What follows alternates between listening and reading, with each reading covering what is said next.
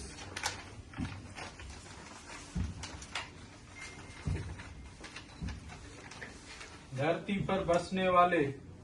تمام انسانوں کو سندھی تصور کرتے ہیں۔ ذوالفقار علی بھٹو کے آمرانہ حکومت کے دوران بھی سائنس جی ایم سید نے مظلوم قوموں کے ساتھ روابط برقرار رکھے اور بلوچستان میں فوجی آپریشن کی مذمت کی۔ میں سائنس جی ایم سید کے سالگرہ کے موقع پر انہوں نے مظلوم قوموں کے اتحاد 1986 کے لیے مشترکہ پلیٹ فارم تجویز پیش کی، جس میں بعد ازاں قائم کی گئی Poonam Pakistan appraise nations movement. معزز ساتھیوں، آج وقت کا تقاضا ہے کہ سندھ، بلوچستان، پختونخوا، سرائکی وسیب کشمیر اور گلگت بلتستان کے مظلوم اقوام باہمی اتحاد قائم کریں اور اپنی سیاسی، ثقافتی، معاشی اور جغرافیائی آزادی کے لیے جدوجہد تیز کریں۔ آخر میں ایک بار پھر معزز شرکاء کا شکریہ ادا کرتا ہوں۔ یہ میں نے لکھی تھی کچھ جو ہے اسپیچ آج کے حوالے سے کانفرنس پہ، اور میں کچھ یہاں پہ باتیں کرنا چاہوں گا کہ جیسے ہم یہاں پر اکٹھے ہوئے ہیں سائنس جی ایم سید کی انٹرنیشنل کانفرنس میں سندھی، بلوچ، پشتون، جموں کشمیر، گلگت بلتستان کے اور اردو بولنے والے ہمارے سندھی بھائی، تو ہم ان کو مہاجر نہیں کہتے۔ سائنس جی ایم سید کا بھی موقف جو عطین کنول نے پیش کیا، یہ تب کا موقف ہے جب سندھی مہاجر جھگڑے ہوئے تھے اور جو ہے سندھی مہاجر جھگڑوں کو پاکستانی آرمی اور آئی ایس آئی نے ایک طرف جو ہے قادر مکسی ہو اور دوسری طرف آفاق احمد ہو، ان کو پروموٹ کیا تھا کہ جو ہے لسانی بنیادوں پر جھگڑے کرائیں۔ تو اس میں جو ہے کوس اور قتل عام جو ہوا تھا سندھیوں کا بھی اور اردو بولنے والوں بھائیوں کا بھی، تو اس میں جو ہے یہ ٹائم اس ٹائم کا انٹرویو ہے جو عطی نے پڑھا تھا، اور اس کے بعد جو ہے سائنس جی ایم سید اور الطاف بھائی کی جو ہے یکجہتا حیدر منزل پر ہی میٹنگز ہوئی ہیں، اور اس کے بعد جو ہے بشیر خان قریشی شہید ان کے جب جسکم میں تھے ہم 1999 میں اور 2002 میں اور 6 میں جب جسکم اور متحدہ کا پیکٹ ہوا تھا سندھو دریا کے اوپر پنجاب کے قبضے کے اوپر، اس میں جو ہے جسکم اور متحدہ کے پیکٹ میں ہم نے خود گرفتاریاں دی۔ آفتاب شیخ تھا اس ٹائم، نسرین جلیل تھی، میں تھا، شہید سرائے قربان کاوڑ تھا، بشیر خان قریشی تھا۔ تو ہمارا وہاں سے جو اتحاد کا سلسلہ یہاں کا نہیں ہے، اتحاد کا سلسلہ سندھ میں جو لسانی بنیادوں پر آرمی نے جھگڑے کرائے تھے تو ان کو ہم نے ختم کرنے کے لیے نزدیکیاں کی۔ الطاف بھائی نے جو ہے وہاں پہ جو ہے اپنے یونٹس میں، سیکٹرز میں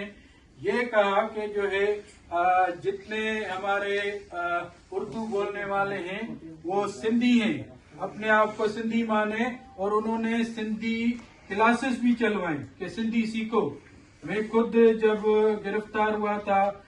زینب مارکیٹ والے دھرنے میں، تو ہمیں جب آزاد کیا گیا جیل سے،